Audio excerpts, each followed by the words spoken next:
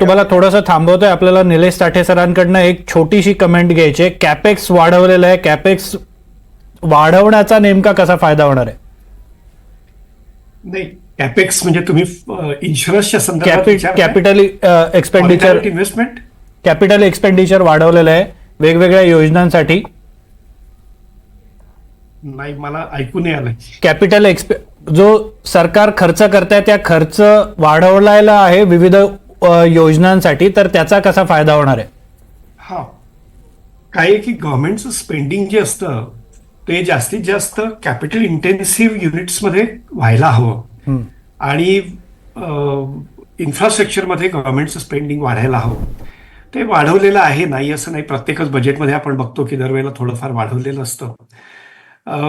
पण त्यांनी मुख्य म्हणजे एम्प्लॉयमेंट जनरेशन होते.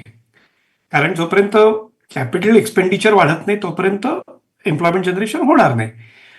एक आपल्याला एक कमी याच्यात दिसून येते की प्रायव्हेट सेक्टर ज्या प्रमाणामध्ये कॅपिटल एक्सपेंडिचर वाढवायला पाहिजे त्या प्रमाणात वाढवलेलं नाहीये किंवा वाढवल्या जात नाहीये.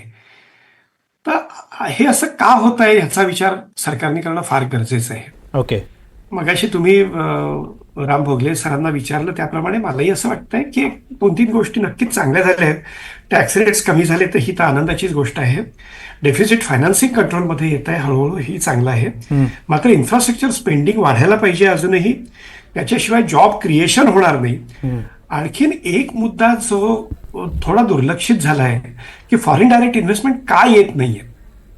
तर कदाचित ही लोकांना माहिती नसेल की 2015 साली जी आपली बायोलॅटरल इन्व्हेस्टमेंट ट्रीटीज होत्या वेगवेगळ्या देशांबरोबर त्या आपण कॅन्सल केल्या.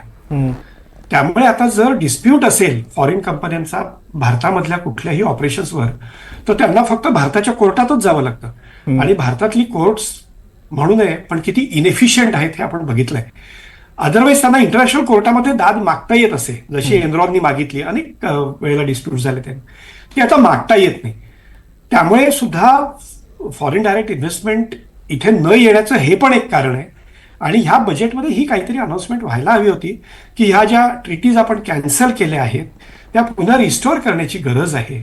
त्याच्याशिवाय फॉरेन इन्व्हेस्टर्सना कॉन्फिडन्स मिळत नाही आणि हा एक दुर्लक्षित भाग जो आहे त्याच्याकडे लक्ष देण्याची गरज आहे असं मला वाटतं.